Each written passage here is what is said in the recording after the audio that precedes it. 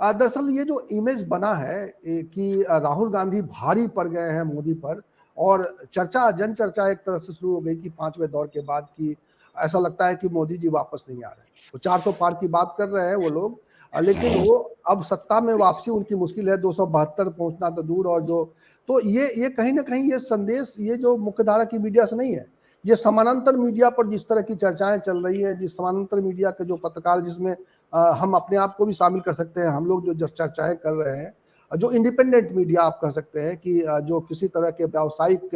बहुत धुर व्यावसायीकरण के तहत नहीं चल रहा है, वो लोग एक स्वस्थ आकलन दे पा रहे हैं। वो उनको जमीन से ऐसी एक आहट सुनाई दे रही है कि लोगों में एक असंतोष है, जिसकी वजह से, और लोग बदलाव चाहते हैं, इसकी वजह से हम ये परिवर्तन होते हुए अनुभव कर रहे हैं। और उसके आधार पर हम कह रहे हैं कि इस बार मोदी जी के लिए मुकाबला कड़ा है, और शायद इसीलिए वो हम उनको पीछे मान रहे हैं। तो रामदत्त जी ये जो कह रहे हैं कि राहुल गांधी की पिच पर खेल रहे हैं, इसको आप कितना सही मानते हैं, और आप क्या मानते हैं कि मोदी पिछड़ गए हैं? नहीं, राहुल गांधी की पिच पर प्राइम मिनिस्टर नरेंद्र मोदी को, बीजेपी को इसलिए खेलना पड़ रहा है कि जिन मुद्दों पर वो भरोसा कर रहे थे वो मुद्दे चले नहीं जनता में, और दूसरे जो ग्राउंड से जिस तरह से चौतरफा अब रिस्पांस आ रहा है। देखिए, पब्लिक मीटिंग्स सबसे बड़ा इंडिकेटर होती हैं। तो राहुल गांधी, अखिलेश यादव यूपी में खास करके, या राहुल गांधी के अकेले भी, अखिलेश यादव और सबकी मीटिंग्स में जिस तरह से रिकॉर्ड तोड़ भीड़ आ रही है, एक बात। दूसरी तरफ जिस तरह से अब मीडिया जो है, भले कितना दिखाते हैं नहीं दिखाते एडिटिंग में, जो ऑर्गेनाइज्ड मीडिया है, लेकिन जो उनके रिपोर्टर्स जा रहे हैं ग्राउंड पे और लोगों से जो बात कर रहे हैं, जो लाइव में आ जाते हैं चीजें, उससे पता चल रहा है कि भाई लोग कितना बदलाव चाहते हैं। अब जैसे सबसे ज्यादा मान लीजिए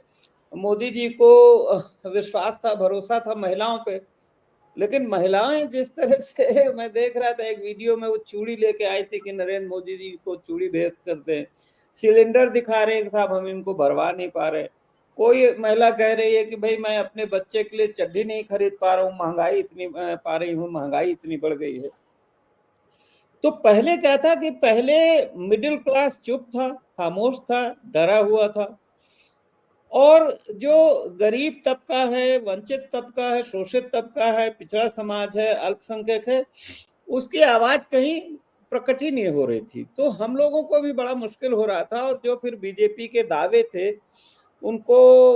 उसके बेसिस पे लोग ये एक एम्सन कर रहे थे कि नहीं आएंगे तो मोदी ही आएंगे, तो मोदी ही। अब ये रिफ्रेन जो है देखिए इधर काफी दिनों से बंद हो गया, और आप बिल्कुल सही कह रहे हैं कि अब उनको मोदी जी को सफाई देनी पड़ी है, क्योंकि लगातार आक्रामक रुख है राहुल गांधी का। और एक और फर्क आया है, राहुल गांधी जैसे पहले, इससे पहले 14 के बाद रफाल मुद्दे से ले लीजिए, तो बराबर नरेंद्र मोदी पे अटैक करते थे, उनकी इमेज पर अटैक करते थे कि भाई वो ईमानदार नहीं है या कम्युनल टेंशन है और सब। अब राहुल गांधी का खेल थोड़ा बदल गया है, अब वो अपनी लकीर उन्होंने बड़ी लंबी कर दी है। चाहे उनका न्याय पत्र, घोषणा पत्र रहा हो, चाहे न्याय यात्रा के जरिए, भारत जोड़ो यात्रा के जरिए इतना लोगों से जनसंपर्क हो, तो राहुल गांधी की लकीर लंबी हो गई है, इसलिए मोदी जी पिछड़ते दिख रहे हैं। अब आज ही इलाहाबाद की सभा में मोदी जी ने एक तो संविधान वाली बात पे बड़ी सफाई दी, और उल्टे आरोप लगाया कि भाई वो तो इंदिरा जी ने उनकी तानाशाही थी, और आपातकाल में वो संविधान बदलना चाहती थी आपातकाल लगा करके। ये भी उन्होंने कहा कि नहीं, मेरे रहते जो आरक्षण है ओबीसी का, दलित का, इन सब का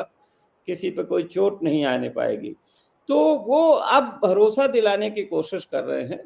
बीच बीच में आप ये भी देखिए कि वो पहले कोशिश उन्होंने की थी कुछ दिनों की, फिर से वो मुस्लिम हिंदू पोलराइजेशन हो, जो एंटी मुस्लिम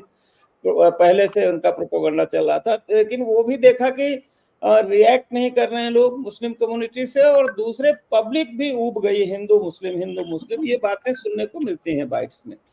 तो डेफिनेटली अब जो लक्षण लग रहे हैं उससे ये लग रहा है कि भाई बीजेपी और मोदी जी बिल्कुल पिछड़ गए लगते हैं। उसकी वजह यह है कि 2019 में जिन राज्यों में उन्होंने मैक्सिमम, आप अगर एवरेस्ट चोटी पे चढ़ जाएंगे तो उसके बाद कहाँ जाएंगे, या तो आप नीचे आएंगे या स्वर्ग ऊपर जाएंगे या जमीन पे आएंगे, अपने घर वापस आएंगे।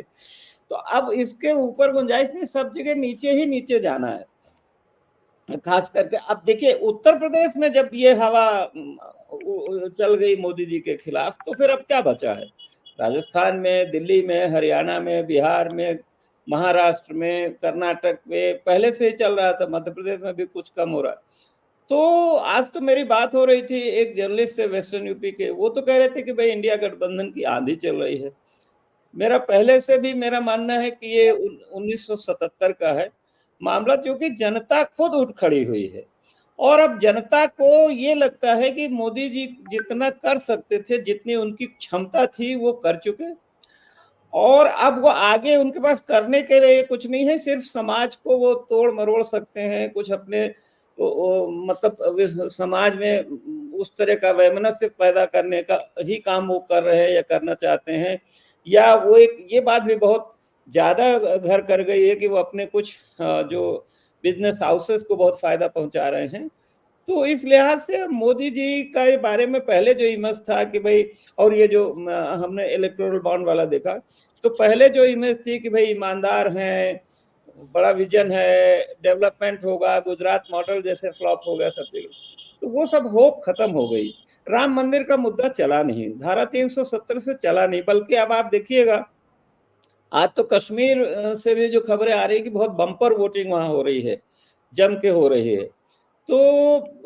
पिछड़ने के तो बहुत संकेत दिख रहे हैं, बहुत से सारे जो ग्राउंड से मैसेजेस आ रहे हैं उससे तो लग रहा है कि भाई पिछड़ रहे हैं। अब बाकी कोई चमत्कार हो जाए और तो वो एक अलग बात है।